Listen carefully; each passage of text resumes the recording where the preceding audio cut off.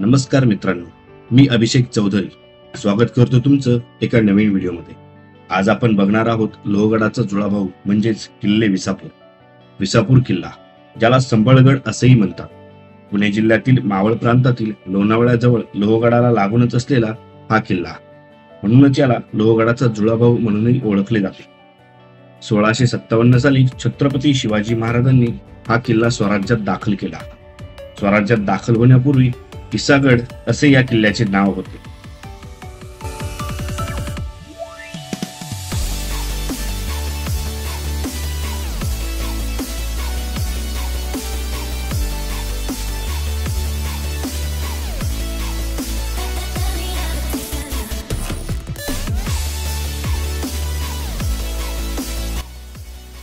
गडाला भक्कम अशी तटबंदी आहे। भक्कम व लांबवर पसरलेली तटबंदी हीच सध्या या गडाची ओळख आहे।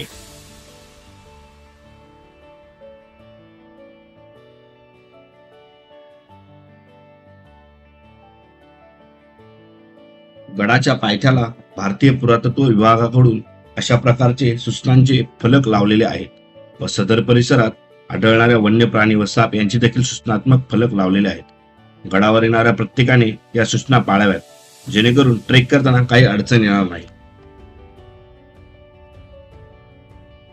चला तर मग सुरू करूया आपली विसापूर किल्ल्याची सफर व जाणून घेऊया किल्ल्यावरील वास्तू, इतिहास यांची माहिती। मराठा साम्राज्याचे पहिले पेशवे म्हणजेच बाळाजी विश्वनाथ यांनी 1713 ते 1720 या काळात लोहगडाच्या संरक्षणासाठी या किल्ल्याची बांधणी केली। पेशवाईमध्ये विसापूर किल्ल्याचा उपयोग हा तुरुंगासारखा करण्याचा विचार चालला होता।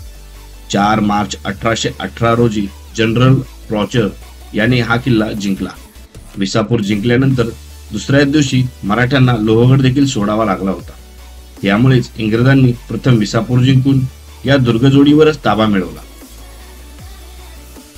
गडाच्या चहूबाजूने घनदाट जंगल आहे। गडावर येण्यासाठी 2 वाटा आहेत, एक म्हणजे पायरी मार्ग तर दुसरं लोहगडाच्या बाजूने थोडासा सोपा मार्ग आहे। वर्ल्ड हेरिटेज साइट मध्ये लोहगड असल्यामुळे या गडाकडे येण्यासाठी भाजे गावातून रिक्षा असतात। 1665च्या पुरंदरच्या तहामध्ये हा किल्ला मोगलांच्या ताब्यात गेला होता, तर 1670 मध्ये छत्रपती शिवाजी महाराजांनी परत जिंकून या किल्ल्याला स्वराज्यामध्ये सामील केले। आपण पायरी मार्गाने न जाता लोहगडाच्या दिशेने येणाऱ्या वाटेने गडावर चाललो आहोत। ही वाट पायरी मार्गाच्या तुलनेत थोडी सोपी आहे। खूप मोठे मोठे दगड असल्यामुळे वर चढताना चांगली दमछाक होते। पावसाळ्यात याच दगडांच्या मार्गाला धबधब्याचे स्वरूप प्राप्त होते। पावसाळ्यामध्ये त्यामुळे पर्यटकांची जास्त गर्दी इकडे बघायला मिळते।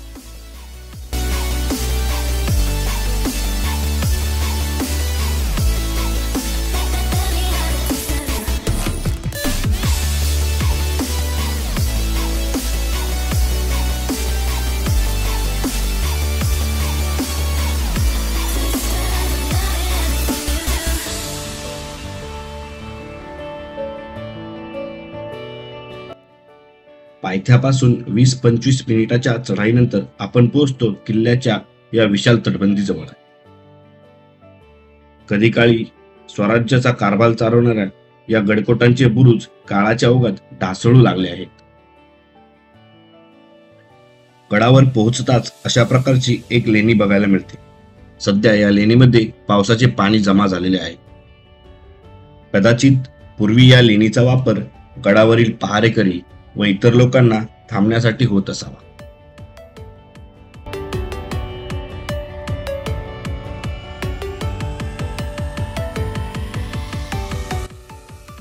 गडावर महादेवाचे मंदिर देखील आहे। विसापूर हा किल्ला लोहगडापेक्षा उंचीला जास्त आहे आणि त्याचे पठारही प्रशस्त आहे। हे आहे महादेवाचे मंदिर। बाहेर भगवा ध्वज व नंदी आपल्याला चांगल्या प्रकारे बघायला मिळतो। गडावर अशा प्रकारच्या 2 तोफा देखील आपल्याला बघायला मिळतात। महादेवाच्या मंदिराकडे जाताना ही इमारत लागते। काळाच्या ओघात संपूर्णपणे पडझड झालेली आहे। इकडे राजवाडा म्हणून फलक लावण्यात आलेला आहे, परंतु ही इमारत नक्की काय होती हे अचूक सांगता येणं अवघड आहे। पडझड झालेली असली तरी शिल्लक अवशेषांवरून त्या काळी हे स्वराज्याचं वैभव किती सुंदर व देखणं असेल याचा आपल्याला अंदाज येतो. येथे भिंतींमध्ये असणारे कोनारे, पायऱ्या, एक छोटी पाण्याची टाकी यावरून ही राहण्याची जागा असावी असे वाटते.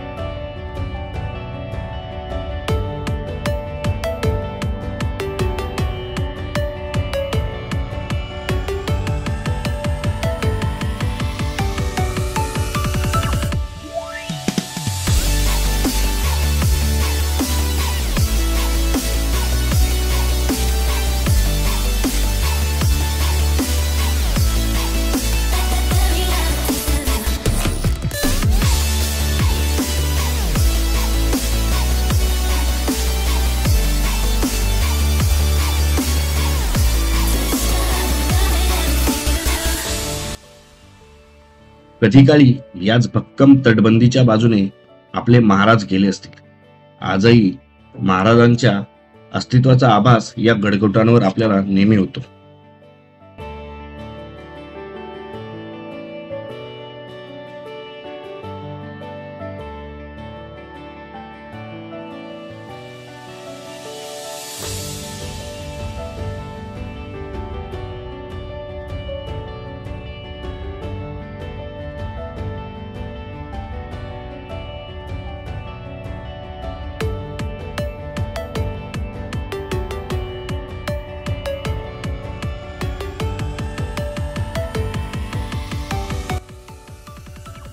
हे गडावरील स्वच्छ पाण्याचे टाके आहे.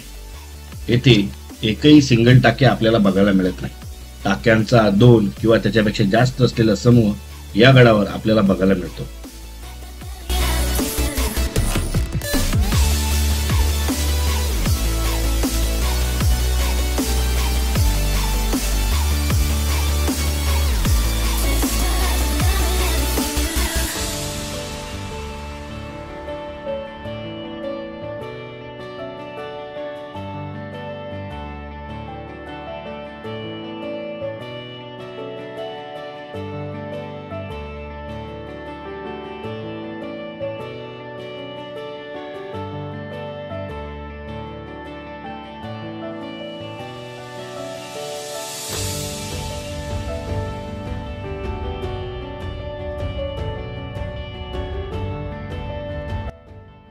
हा आहे चुन्याचा घाणा. बुरुज व तटबंदीचे बांधकाम करण्यासाठी पूर्वी चुना व गूळ यांचे मिश्रण वापरलं जायचं. त्यासाठीच या चुन्याच्या घाणाचा वापर व्हायचा. पहिल्यांदाच चुन्याच्या घाणात असलेले एवढं मोठं दगडी चाक मी पाहिले. याची उंची जवळपास 4.5 फूट इतकी असेल.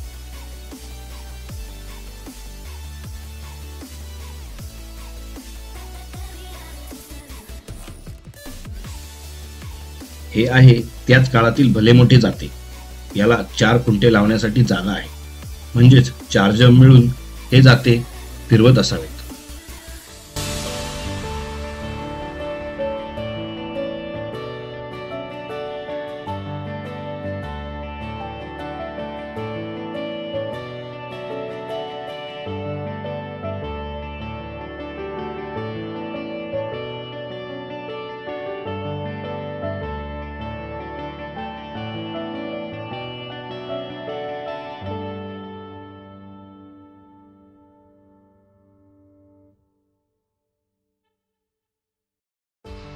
जवळपास 8 टाक्या असलेला हा टाक्यांचा समूहच आपल्याला बघायला मिळतो. विसापूर किल्ल्यावरून पवनमावळातील लोहगड, तिकोना, तुंग अशा प्रकारचे किल्ले आपल्या नजरेस पडतात.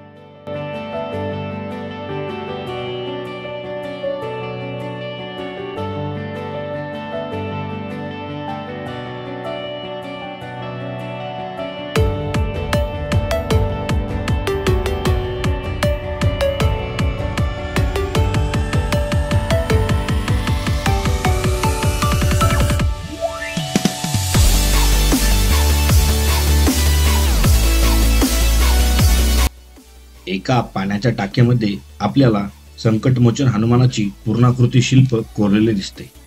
नुकताच पावसाळा संपल्यामुळे ही मूर्ती अर्धी पाण्यात आहे. याला हनुमानाच्या मूर्तीमुळेच याला हनुमान टाके असे नाव देण्यात आलेले आहे.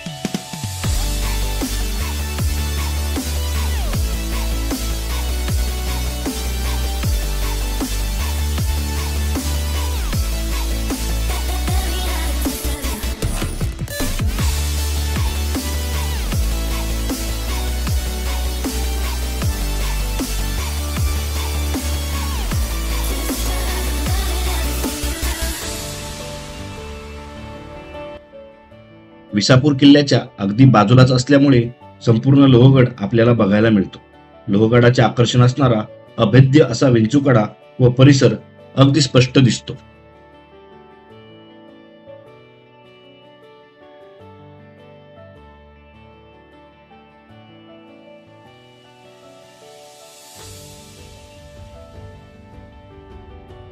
गडावर ही एक पडलेल्या अवस्थेत असणारी कोठी आहे. ही राहण्याची जागा असावी. 2 दरवाजे, पायऱ्या व अंगण असणारी ही वास्तू पूर्वी खूपच सुंदर असावी.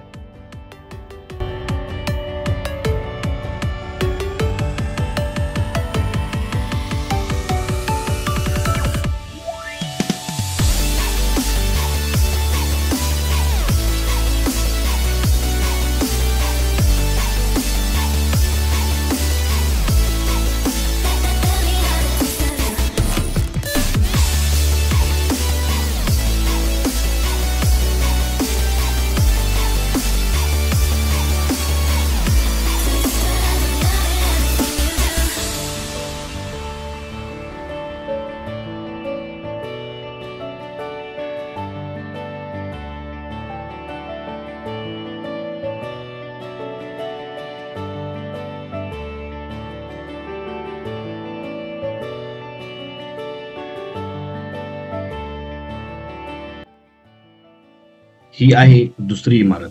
पूर्वी सागाचे लाकूड वापरून इमारतीचे खांब बनवले जायचे.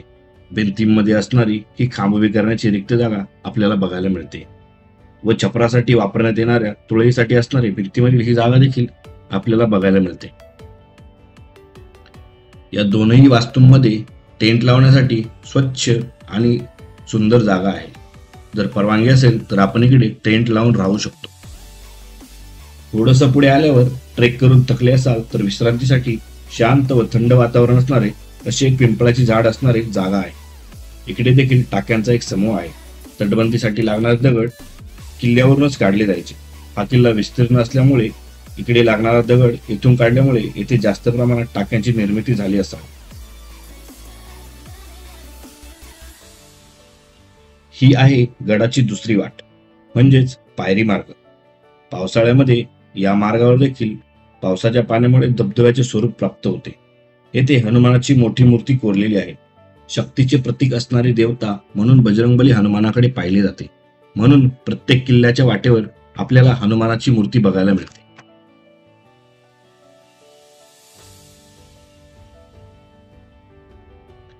हनुमानाच्या मूर्तीच्या बाजूलाच 2 मोठ्या गुहा आहेत.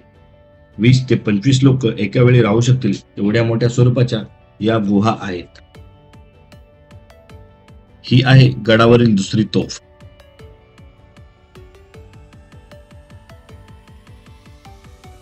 तर मित्रांनो, विसापूर किल्ल्याचा आजचा आपला ट्रेक इथे पूर्ण झाला. पावसाळ्यामध्ये किंवा हिवाळ्यामध्ये निसर्गाची भव्यता आणि मराठ्यांच्या पराक्रमाचा इतिहास एकाच वेळी अनुभवण्यासाठी विसापूर किल्ल्याला एकदा अवश्य भेट द्या. हे गडकिल्ले आपला ऐतिहासिक वारसा आहे. त्यामुळे इकडे कुठेही कचरा न करता निसर्गाची व इतिहासाची जपणूक करा. हा व्लॉग तुम्हाला कसा वाटला हे कमेंट्समध्ये नक्की सांगा. व तुम्हाला आवडला असेल तर नक्की सबस्क्राईब करा, लाईक करा आणि शेअर करायला विसरू नका. धन्यवाद. जय हिंद, जय महाराष्ट्र.